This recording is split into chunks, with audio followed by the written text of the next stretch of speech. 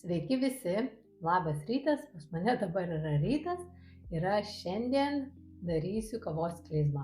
Ir nusprendžiau, kad jau darysiu pati, papasakosiu jums, kas nežino, kas tai yra ir kodėl aš tą darau. Tai va, darysiu kavos klizmą ir kavą dabar išvyriau ir laukiu, kol jinai atvės. Tai va, klizmos yra labai senas dalykas, jau prieš 5000 metų senovės Indijoje. Protingi indai valydavosi savo organizmą klizmomis.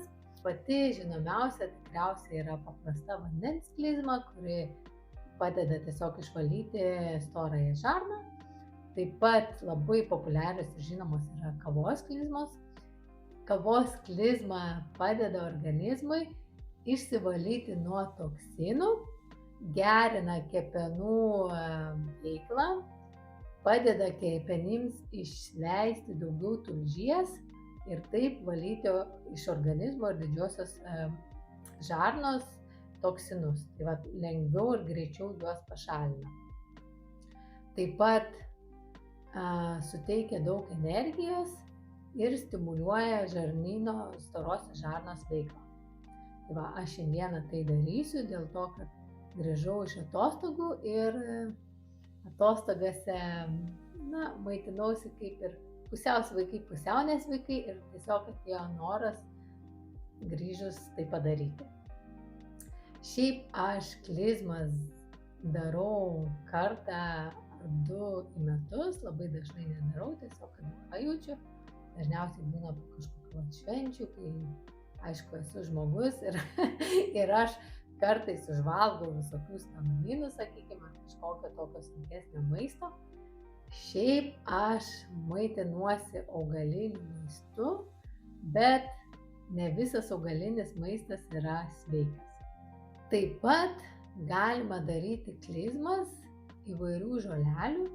Čia jau, jeigu jūs nusimanote ir turite žinių apie kokios žolelės, kaip padeda sveikatai, aš šitoj srity dar nesu daug išsinagrinėjusi, bet ateityje vis noriu daugiau sužinoti apie žolelių šitas klizmas, bet kažkaip vis susiemus, neturiu laiko, tai vat dažniausiai darau vandens klizmą, šiandien darysiu kavos klizmą ir esu dariusi dar ramunėlių klizmą.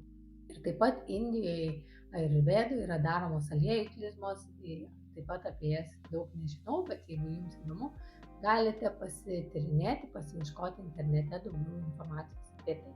Ką reiktų žinoti prieš darant klizmą? Prieš darant klizmą, dieną prieš tai arba bent jau 12 valandų aš nevalgau ir nepatartina valgyti sunkaus maisto, kepto maisto, riebaus maisto, mėsos, aštraus maisto, kad tiesiog leisti organizmui pasiruošti lengviau pašalinti toksinus. Todėl aš valgau lengvai, daugiausia daržovės, sultis, vaisiai, labai paprastai ir geriu daug vandens. Patartina valgyti labai lengvai augalinį maistą, daržovės, vaisiai, sultis, galima valgyti avižų košę, jogurtą. Tai va, bent jau 12 valandų prieš tai ir gerti daug vandens, kad paruošti organizmą detoksifikacijai. Aš šį rytą išsispaudžiau salierų ir agurkų sulčių ir va dabar, kol laukiu, kol kava atvės, jas išgersiu. Taip pat į sultis įlašinau seleno ir cinko. Tikriausiai čia taip, cinko ir seleno. Šiaip salierų sultis turi labai daug elektrolitų, tai va dėl to aš jas geriu. Ar sultis yra skanios ar neskanios? Salieras, agurkas ir mineralų lašiukai. Žinokit, pasakysiu, kad tikrai jos nėra baisios. Jeigu gertumėt vien salierų sultis, man tai nelabai skanios, bet aš galiu jas gerti, bet sumaišai salierų su agurku, sultis pasidaro tokios daug lengvesnės ir tas skonis netoks stiprus. Tai va, išgeriu sultis ir einu po truputėlį pasiruošiu vietą savo procedūrai. Tai va čia mano rinkinys, kibirėlis 2 litrų, papasakosiu biškį. Kibirėlis 2 litrų atsidaro, užsidaro su dangčiu. Šlangutė, gan ilga.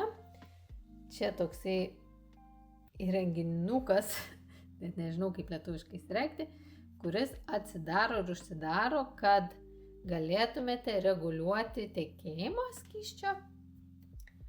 Ir toliau termometras, pamatuoti temperatūrai. Ir kavos nuoviras.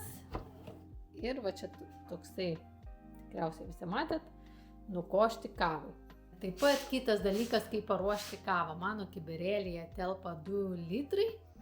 Tai verdu taip, ant 1 puodelio vandens 1 šaukštas kavos. Tai 2 litrai yra 8 puodeliai. 8 puodeliai vandens ir 8 šaukštai kavos.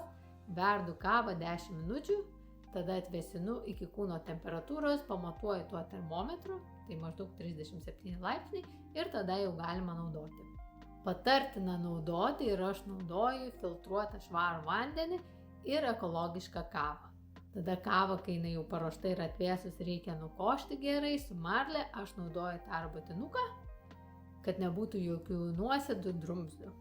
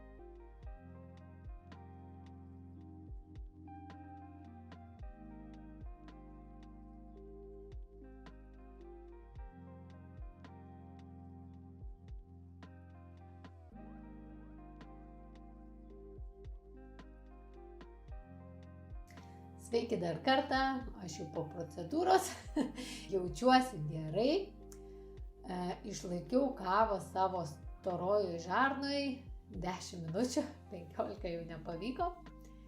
Dar norėjau pasakyti, kad kai vanduo, kava yra žarnyne, jaučiasi tokie kaip spazmai, bet tai yra normalu, galite pasimasažuoti savo pilvą.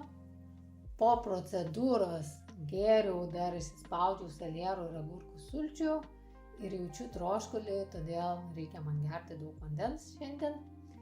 Ką dar darau? Nepersistengiu su jokiais fiziniais aktyvumais, būnu ramiai šiandien, tiesiog ilsėsiuos. Ir ką valgyti?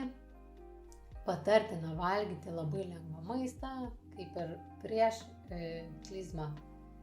Tai daržovės, vaisiai, sultys, jogurtas, augalinis maistas yra pats geriausias ir patartinas. Kad neapsunkinti žarnyno veiklos, taip pat yra patartina naudoti gerąsias bakterijas, tai galite naudoti jas kaip papildų formos.